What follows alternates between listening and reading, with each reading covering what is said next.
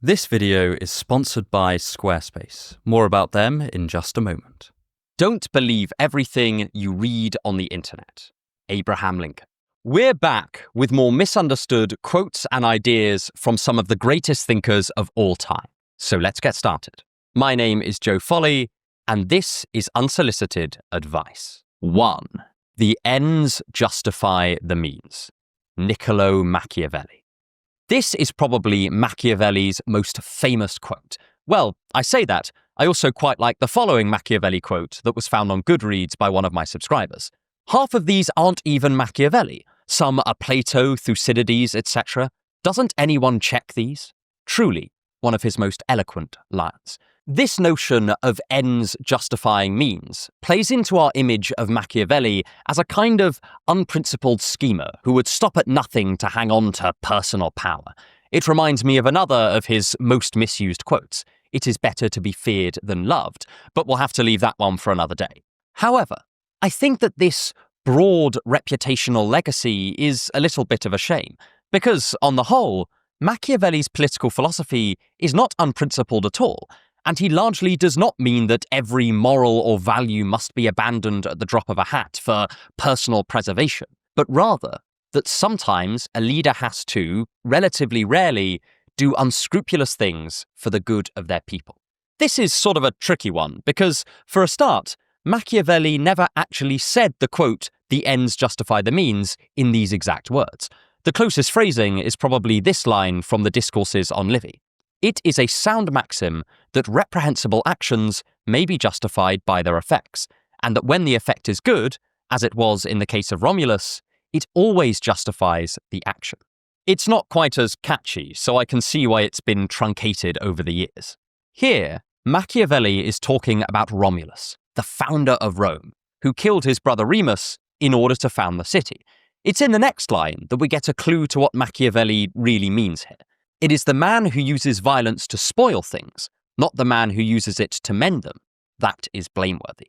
That is, it's not that Romulus committed this act to secure personal power or achieve a personal end, and Machiavelli explicitly says that if this were his motive, then that would have been a very bad thing. It was only because Romulus was going to set up the city of Rome to be a virtuous place, and would immediately set up a senate to hold him as a ruler to account. This was what allowed him to justify his violent action. Importantly, this is supposed to be an exceptional action in an exceptional circumstance. On the whole, Machiavelli's discourses are often about remaining principled in your rule, so that your people are happy, contented, and trust your leadership, and also you have a more prosperous society. For instance, he advises against any personal interference from a ruler in the legal system, and says that the judiciary must remain independent so that people can use those instituted legal channels to right wrongs and settle personal disputes, rather than resort to violence and thus sow chaos in the state. Machiavelli is not saying, do whatever is best for you, but rather something like, occasionally, when you are absolutely certain it is for the good of your people, you may have to lay your personal principles aside and serve them in whatever way the situation calls for. Above all, Machiavelli only thinks you should do this if a principled approach truly is out of reach or would leave destruction in its wake. Another passage that is sometimes cited as evidence of Machiavelli's cruel or necessarily unprincipled ruling is from his book The Prince, and it goes as follows. When they're weighing up what someone has achieved, and this is particularly true with rulers who cannot be held to account, people look at the end result.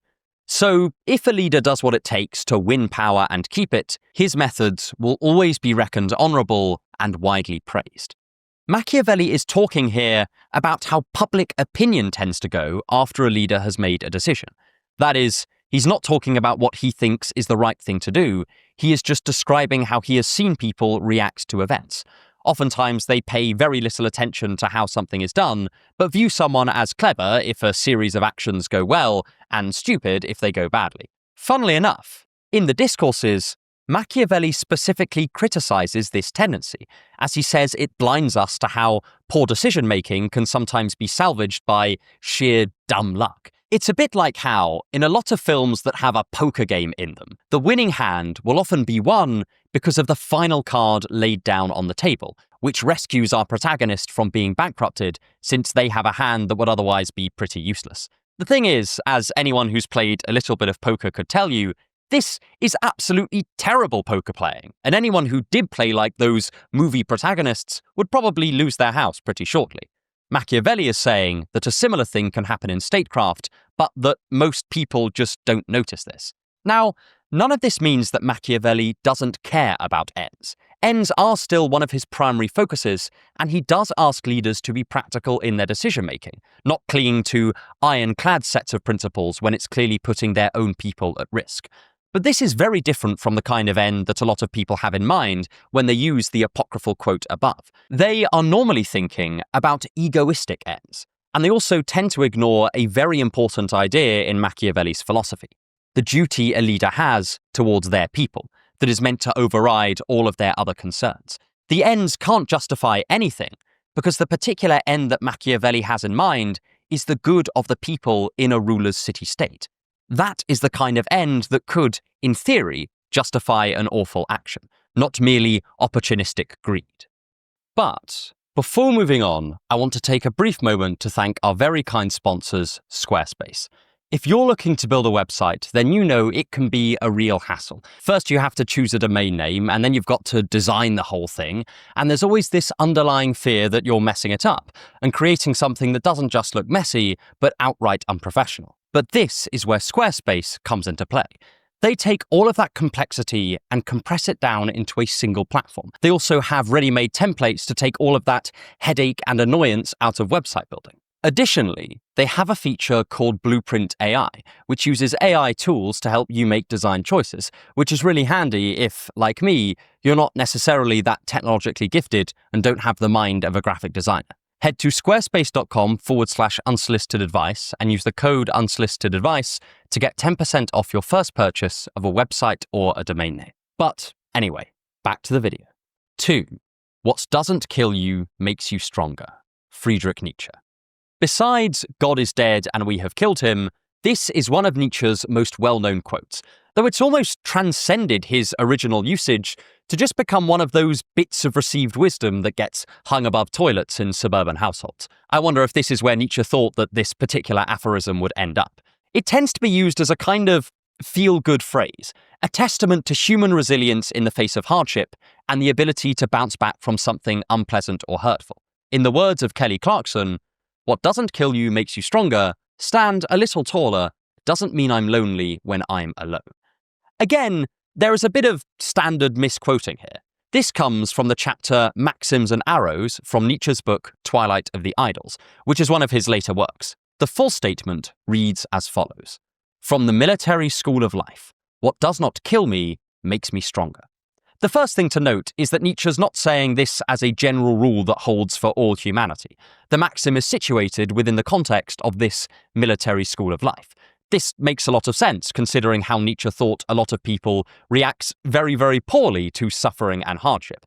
A large amount of Nietzsche's writing is dedicated to just how important it is to have some means of coping with suffering, and thus to stave off the despair of nihilism. If you believe interpreters like Bernard Regenster, this is the main theme of Nietzsche's entire body of work, though I don't know if personally I would go that far. Additionally, Nietzsche appears to be sharing something that he specifically has learnt. After all, the aphorism does refer back to him, and we get some clues as to how he thinks this ought to be achieved later in the chapter.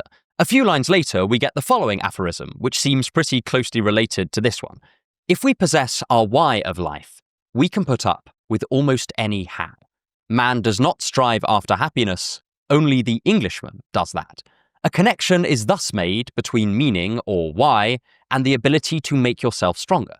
The section concludes with the statement, "Formula of my happiness: a yes, a no, a straight line, a goal." We can see some of the connections between the original aphorism and these later ones. It's not that Nietzsche thinks human beings can just naturally take things that don't kill them and thus make themselves stronger almost unconsciously. It's that with the right philosophical and psychological setup, someone can learn to rejoice in the burdens they take on rather than shirking them or lamenting them. The military theme here is also very important. Nietzsche quite often appeals to military metaphors to frame his particular philosophical approach. In the foreword to Twilight of the Idols, he reveals his own philosophical motto, which is, "The spirit grows, strength is restored by wounding." Importantly, the Latin word he uses here is virtus, which is not just strength, but specifically a kind of masculine or soldier-like strength that is often associated with the military in classical Roman literature. It comes from the Latin word for a man, vir. So Nietzsche is somewhat relating his metaphorical military school of life with his own philosophical project. With all of this context, the maxim reads a lot more like a conditional promise than an observation about humanity as it exists. It's less an ode to general human resilience and more a vow that Nietzsche is taking to not allow suffering to break him. This is especially pertinent to Nietzsche as he suffered from intense chronic pain for much of his life. And it is worth noting, this theme of transforming suffering has always been there in Nietzsche's writings. His first major work, The Birth of Tragedy, was partly about how Greek dramatists transmuted the sufferings of the world into great art, and so made those sufferings more bearable and more beautiful. In Thus Spake Zarathustra, the first metamorphosis of the Übermensch is the camel, who is said to celebrate what they are laden with and ask for more. However, in each case, Nietzsche thinks these are pretty exceptional people. One of the reasons why he admires pre-Socratic Greece or his theoretical Übermensch is precisely because they can do what most other people have not been able to do, rejoice in something horrible and not let it cast them into despair. So this line is a lot less reassuring than it might first seem. It's not saying that whatever doesn't kill you makes you stronger, but that whatever doesn't kill the ideal follower of Nietzschean philosophy would make them stronger. It's more of an aspiration than a comfort, and it's conditional on whether you think that Nietzsche's whole philosophical system actually works.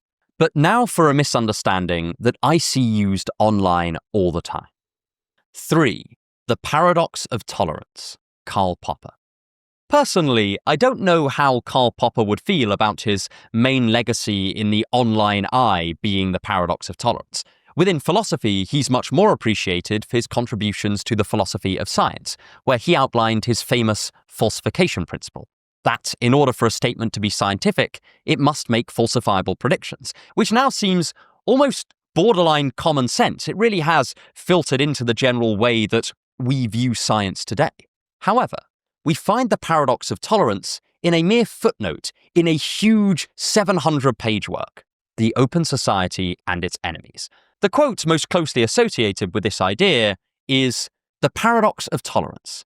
Unlimited tolerance must lead to the disappearance of tolerance. If we extend unlimited tolerance even to those who are intolerant, if we are not prepared to defend a tolerant society against the onslaught of the intolerant, then the tolerance will be destroyed and tolerance with them." First, let's go over this idea as it often appears in popular discourse, and then how it actually appears in the work itself. The paradox of tolerance in popular parlance is that if you have a society of total tolerance, then this will eventually lead to tolerance disappearing, since intolerant ideas will eventually take hold. Thus, we should not allow the expression of intolerant ideas within a tolerant society. At first glance, it's easy to see how you might get this impression from the fragment we quoted above. I should also mention that the definition of intolerance that's often used in popular presentations isn't quite the definition that Popper is using.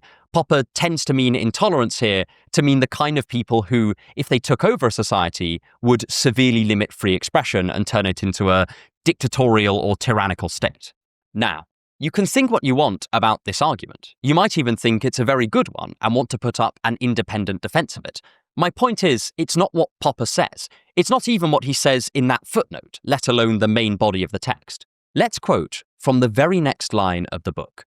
"I do not imply, for instance, that we should always suppress the utterance of intolerant philosophies. As long as we can counter them by rational argument and keep them in check by public opinion, suppression would certainly be most unwise. But we should claim the right to suppress them if necessary, even by force. For it may easily turn out that they are not prepared to meet us on the level of rational argument. They may forbid their followers to listen to rational argument because it is deceptive, and teach them to answer arguments by the use of their fists or pistols. Immediately, the tenor of the point that Popper is trying to make is rather different. It's not that intolerant ideas should never be tolerated, even with Popper's already more stringent definition of intolerance, but that intolerant ideas that are going to be enforced by violence and potentially topple a free society should certainly not be tolerated. It's also not a major part of Popper's philosophy, and he's pretty clear that this is a last resort policy to prevent the erosion of fundamental freedoms, rather than something to use at will or particularly frequently. We can also see what Popper is getting at, because the paradox of tolerance is only one of 3 paradoxes that he discusses in this chapter. The other 2 are the paradox of democracy and the paradox of freedom. The paradox of democracy is that a democratic system may vote to give up their democratic mandate and instead concede powers to a tyrannical dictator. And the paradox of freedom is that unlimited freedom may lead to the extreme freedom of the strongest and most powerful in society to use that power to tyrannize those with less power than them. In both cases, the slavish devotion to the extremes of a principle undermine the execution and spirit behind that principle. Popper views these as just one variant on paradoxes of self-reference, which include the liar paradox, i.e., this sentence is false, as well as Russell's paradox in set theory. And again, it is in these discussions of paradoxes that we can see how the more simplistic interpretations of the paradox of tolerance are probably misunderstanding what Popper means. Popper does not think that the paradox of tolerance means that we should ourselves outlaw intolerant ideas or use state power to do this. Rather, it just shows we should occasionally make necessary adjustments in order to safeguard the principles of tolerance within a free society, and that might occasionally mean meeting force with force and violence with violence. His solutions to these paradoxes are largely about small adjustments and institutional safeguards, as opposed to broad sweeping changes to societal principles. Perhaps the greatest misconception here actually isn't to do with Popper at all, but rather how the paradox of tolerance ought to be resolved. I quite often see people online invoke the paradox of tolerance as if the answer is clear, and that their interpretation of Popper just settles the issue. Setting aside the fact that quite often the interpretation of Popper that's given is at least pretty questionable, the paradox is not generally seen as having a neat, uncontroversial solution. For example, thinkers often disagree over when exactly a society should clamp down on intolerant ideas, or when an idea qualifies as intolerant. John Rawls thought it was only if there is an immediate threat to society itself, and that not fighting against these ideas using force would lead to the collapse of the free society in the first place, whereas other thinkers have set the bar lower. Famously, Herbert Marcuse thought that tolerance itself was a misguided aim, saying that it allowed for the toleration of policies, conditions, and modes of behavior which should not be tolerated because they are impeding, if not destroying, the chances of creating an existence without fear and misery. Obviously, this is setting the bar far lower. Although these thinkers are not talking about the issue as raised by Popper or in Popperian terms, the point is that thinkers still substantially disagree on the limits of tolerance within a society, and to claim that there's an easy answer to these things is, at the very least, I would argue, a little bit premature.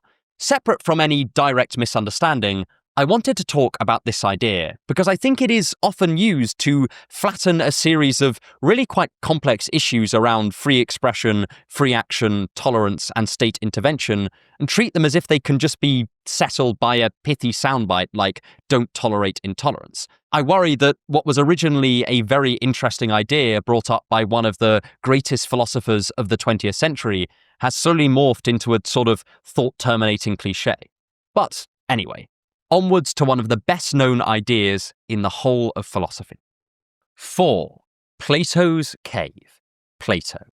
This has become an iconic image in philosophy. It's used in popular discourse to just sort of broadly denote someone having an epiphany, or otherwise ascending from some less enlightened existence.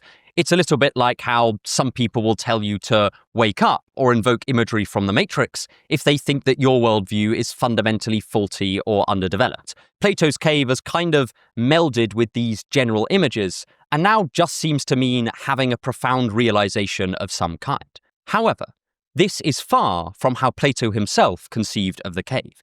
He had something a little bit more esoteric, epistemic, and somewhat metaphysical in mind. Plato tells this story as he's elucidating his program of education for the ruling class of this ideal city that he's designing in the Republic. And the journey is not in two parts, being in the cave and then out of the cave, but in four parts. The first part is that famous picture of the people chained up watching shadows dance along a wall. Plato argues that if you've been trapped there your entire life, you wouldn't think there was anything outside of these shadows. The shadows correspond to the lowest form of understanding in Plato's worldview, where we only grasp how things appear without inquiring into how they actually are. So, if someone thought that their opinion and reality were just the same thing, or couldn't distinguish between appearances and real things, they would be at this stage. The second part is when a prisoner breaks free and sees the puppets and the fire that cast the shadows on the wall. This corresponds to the second stage of understanding, where we've learnt to see physical objects roughly as they are. That is, we can see past the mere appearance of physical things. We're no longer fooled by simple illusions or take how things seem for their genuine being. At the same time, our understanding is not yet reflective.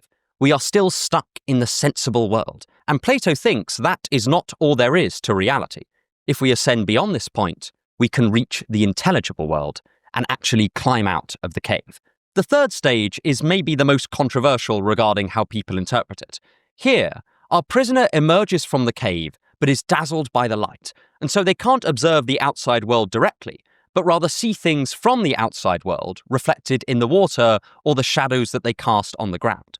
The word Plato associates with this stage is dianoia, or discursive thought. This is where we've learnt to abstract patterns from our observations, create general rules and operations, and engage in logical and mathematical reasoning, without really grasping what Plato thinks is the true nature of reality. Plato also thinks that this stage involves the heavy use of diagrams and models. Finally, the prisoner's eyes adjust to the new light, and they can gaze upon what Plato calls the forms. These are the abstract objects that Plato thinks reveal the true nature of reality itself and things in themselves. So while there are imperfect triangles down on Earth, in the world of the forms, there is the perfect triangle with three perfectly straight sides. There are also perfect forms of concepts like man or justice. Right at the very top, there is the form of the good, which Plato represents using the image of the sun. This is the highest point of Plato's metaphysics, and it's what he thinks that philosophers should generally be striving towards. Plato thinks we can't grasp the forms with our physical senses, but that they can eventually be understood via the human intellect.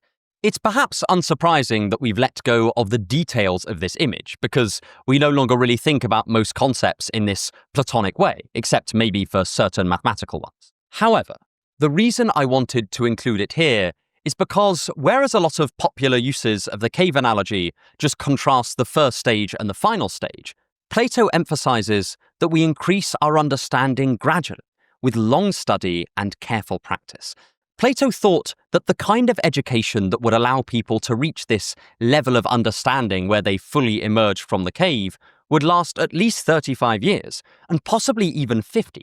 Plato was not talking about one single moment of enlightenment, nor was he saying that he and his mates were the ones that had already emerged from the cave and could now lecture the rest of us lowly cave dwellers. Instead, it signified a long and arduous process of education that eventually culminates in wisdom if it's done well. The appropriate character to embody Plato's cave is probably not someone like Neo, who wakes up from the Matrix in a single moment, but someone like, Master Oogway from the Kung Fu Panda films, who's only attained his level of knowledge and understanding through decades of careful learning. Of course, that rarely makes for as action-packed a story, but it is probably closer to the way that high levels of learning actually do occur in the real world, and if there's such a thing as wisdom, it's probably more closely attained in this way.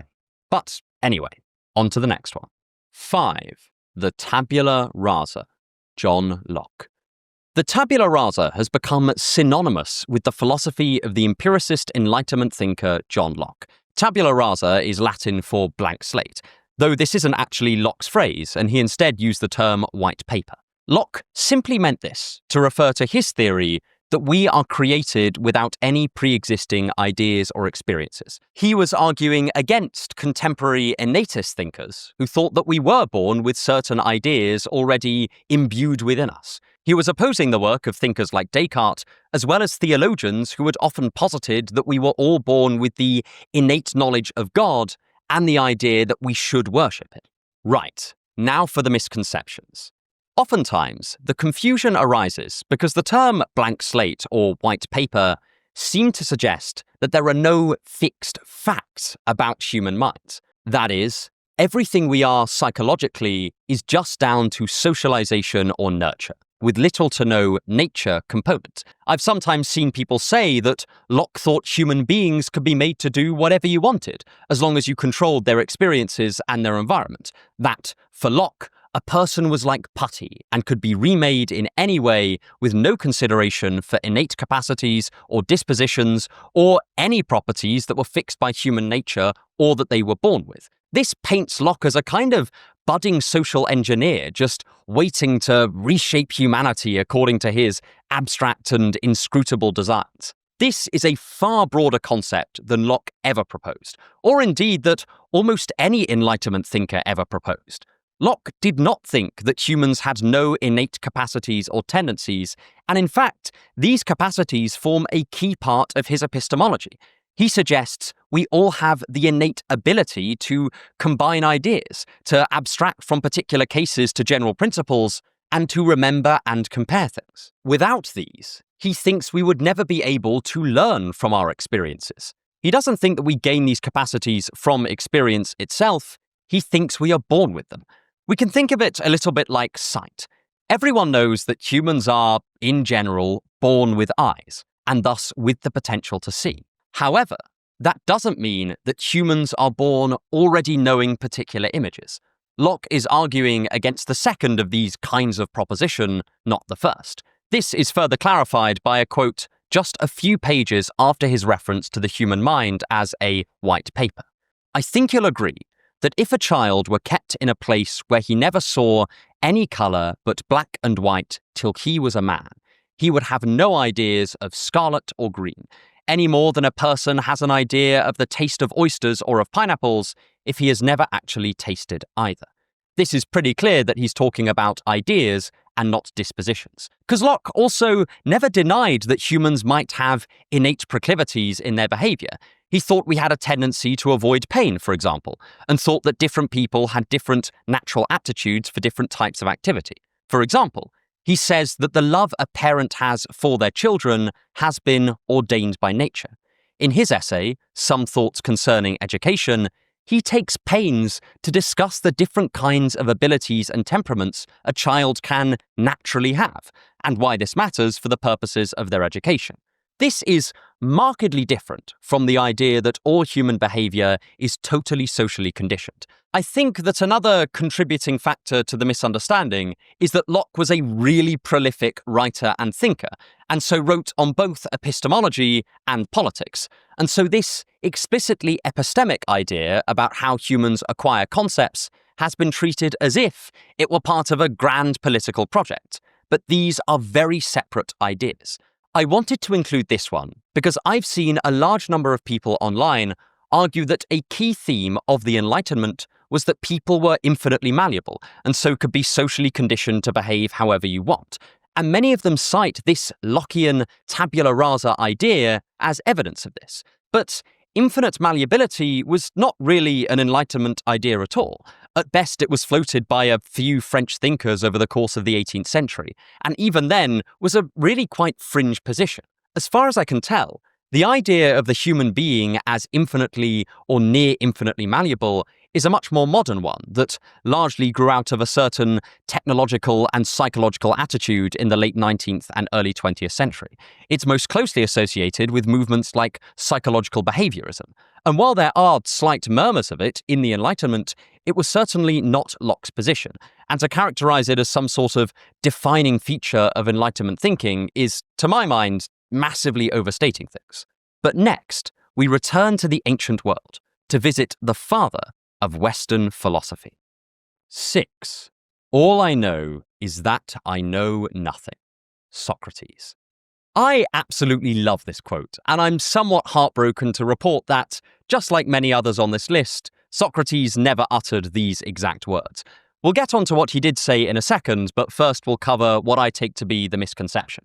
The main way I see this phrase interpreted online is as a kind of skeptical mantra, a declaration that you are aware that we can't really know anything, and thus must maintain a permanent uncertainty about everything we believe or pretend that we know.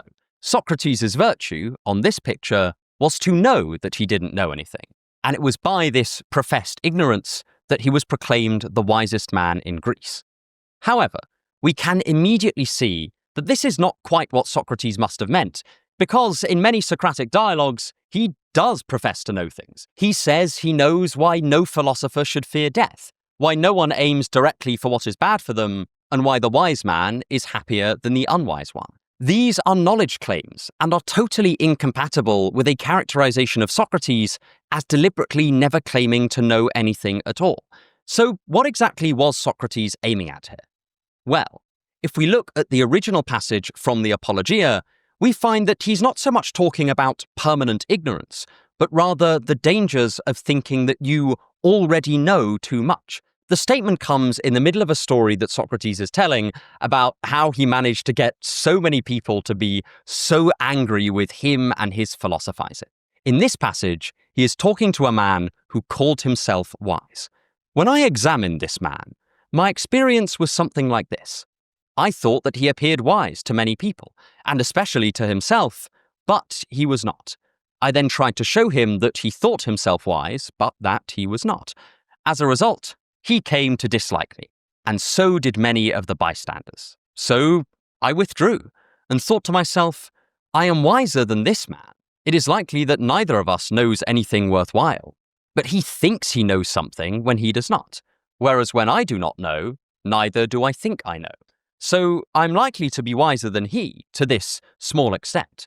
So already we have a provision on Socrates' saying. It's not that he thinks he knows absolutely nothing, but rather he is simply more conscious of the areas where he is ignorant than this other man, and that this does make him wiser in some sense. The next few sections also offer some context as to what Socrates meant by these admissions of ignorance. He says he went to consult with some other supposedly wise people to discover how they justified their wisdom. He went to poets and statesmen and found that while they could write beautiful poetry and govern effectively, they often overestimated their knowledge and stretched it to places where they didn't have much understanding at all. Again, we see that the problem is not claims to knowledge per se, but rather being unaware of where your own knowledge happens to run out. The same goes for the craftsman, who Socrates visits next. There, he saw how much more they knew about matters of craft than he did. And yet, the good craftsmen seemed to me to have the same fault as the poets. Each of them, because of his success at his craft, thought himself very wise in other, most important pursuits, and this error of theirs overshadowed the wisdom they had. This is much more likely to be Socrates' target. Not knowledge itself, but intellectual arrogance. But next, we'll move on to one of the most controversial thinkers ever, and one of his most controversial statements. If you want to help me make more videos like this, then please consider becoming a subscriber to the channel, or if you're feeling very generous, to the Patreon. The links are in the description. 7. Religion is the opium of the masses. Karl Marx. Now, whenever you mention Karl Marx on the internet, there is a tendency for otherwise incredibly reasonable people to become really quite incensed. So do be aware, this is an exercise in the history of ideas. Whether you think Marx is the 19th century equivalent of Jesus Christ or the devil himself, or somewhere in between, we can surely discuss history without losing our collective marbles about it. This quote is from one of Marx's posthumously published works entitled Critique of Hegel's Philosophy of Right, which is a critique of something that Hegel had written years earlier. Despite writing it in 1843, earlier in his career and before he penned either the Communist Manifesto or Das Kapital, Marx never published it in full, only publishing the introduction, and the introduction does contain this quote. This is thought to be because when he did publish the introduction, that didn't sell well, and thus he didn't decide to publish the rest of the book. But this may also suggest that this doesn't necessarily reflect Marx's mature views. It could also be that he just lost interest in the topic. This is often invoked by both fans and detractors of Marx as evidence of Marx's total contempt for religion, that he thought religion was merely a tool of oppression used to keep workers in line. I've even heard people say that Marx wanted to ban religion altogether via state intervention.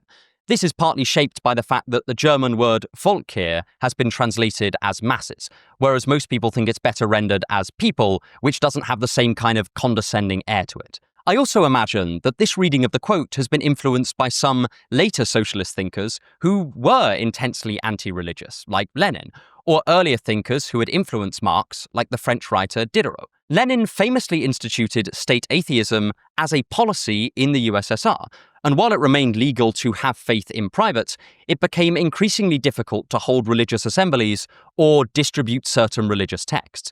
Lenin also seemed to think that religion itself was oppressive. That is, that religion was used directly to manipulate people and keep them from rising up by the most powerful in society. However, in the full passage, Marx gives us a bit more context as to what he means. Religion is, indeed, the self-consciousness and self-esteem of man who has not yet won through to himself. Religious suffering is, at one and the same time, the expression of real suffering and a protest against real suffering. Religion is the sigh of the oppressed creature, the heart of a heartless world, and the soul of soulless conditions. It is the opium of the people. The abolition of religion as the illusory happiness of the people is the demand for their real happiness. To call on them to give up their illusions about their condition is to call on them to give up a condition that requires illusions.